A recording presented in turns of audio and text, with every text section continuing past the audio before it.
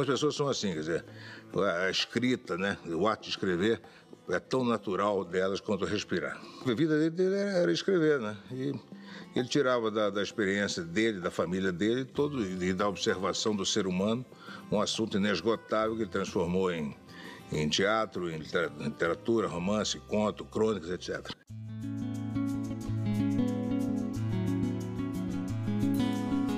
Um fato em particular determinou toda a obra dele, o teatro dele, né, que foi o assassinato do irmão dele por uma mulher.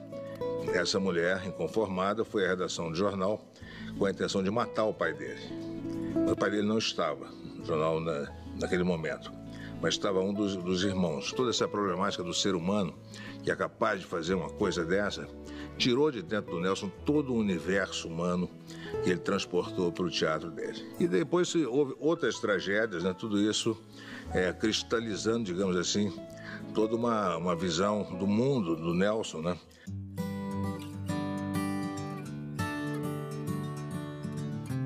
Quando depois de passar por muita experiência desagradável, de censura, de perseguição, de desapontamentos e tudo, ele mudou o teatro dele a partir da peça Falecida.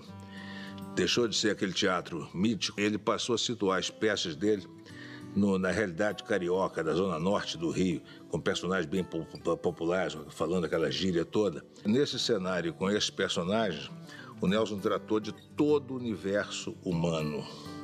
Ele foi realmente às entranhas da alma do ser humano nessas peças e nas peças míticas anteriores também. As peças de teatro foram 17. A primeira peça dele foi A Mulher Sem Pecado, estreada em 1942.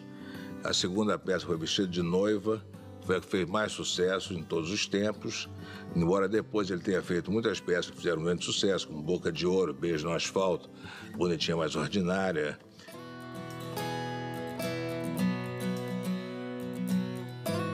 Vestido de Noiva foi um sucesso monumental. A crítica, né, o público, todo mundo se curvou diante de Nelson Rodrigues. Era a peça que vinha para revolucionar o teatro brasileiro, mas o teatro dele sempre era perseguido. Todas tiveram grandes problemas com a censura. Ele era um sucesso, ele era muito famoso, ele era muito conhecido, né, muito admirado, e o teatro dele sempre com essa dificuldade toda. Duvido que no Brasil tenha havido um outro escritor, um outro intelectual com uma relação tão ambígua e conflitante com o sucesso como foi a dele.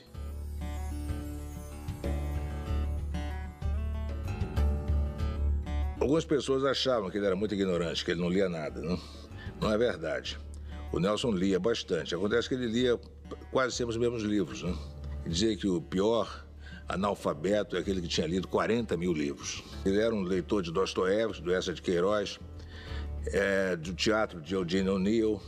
O principal palco de Nelson Rodrigues talvez não tenha sido o teatro, e sim a redação do jornal. Ele ia almoçar todo dia com os amigos, ele descia frequentemente do jornal para ir tomar cafezinho na rua. Todo mundo chegava para o Nelson, batia nas costas dele. Oi, Nelson, e aí, não sei o que, aí o Fluminense?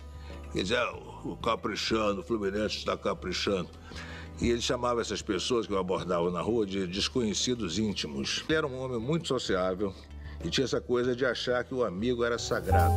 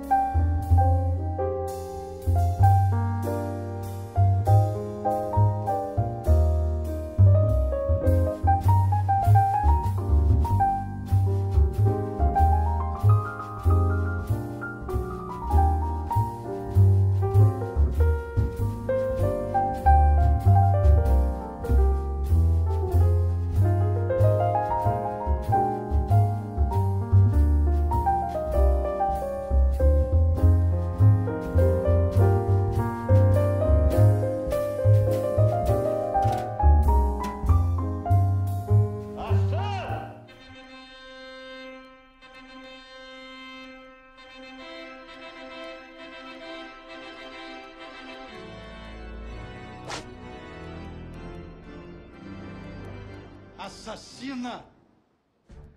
Vocês juntos querem me matar. Pronto. Preferiu o quê? Você se aproveitou daquele mês que eu fiquei de cama, andou atrás dele, deu em cima. Quando uma família se muda para a casa que era o antigo bordel de Madame Clichy, passado e presente se misturam na alucinação e nos desejos de Anaide. Com Marília Pera, Tem que haver um rosto debaixo Simone do Spoladori. Sua vagabunda! Baseado na obra do autor que deflorou a moderna dramaturgia brasileira, Nelson Rodrigues. Letícia Sabatella. Já fiz tudo. Faço mais isso. Marcos Winter, André Vale, Beth Mendes e grande elenco. O senhor não é Raul. Ele usava uniforme caqui. De dia sim, de noite não. Você é louca. Sou louca? Que bom. Me faltou sempre foi o seu impudor. E quem é que tem pudor quando gosta? Você precisa respeitar mais a religião, Pedro. Nunca se vira de costas para o altar. Roteiro, produção e direção de Jofre Que Rodrigues. família.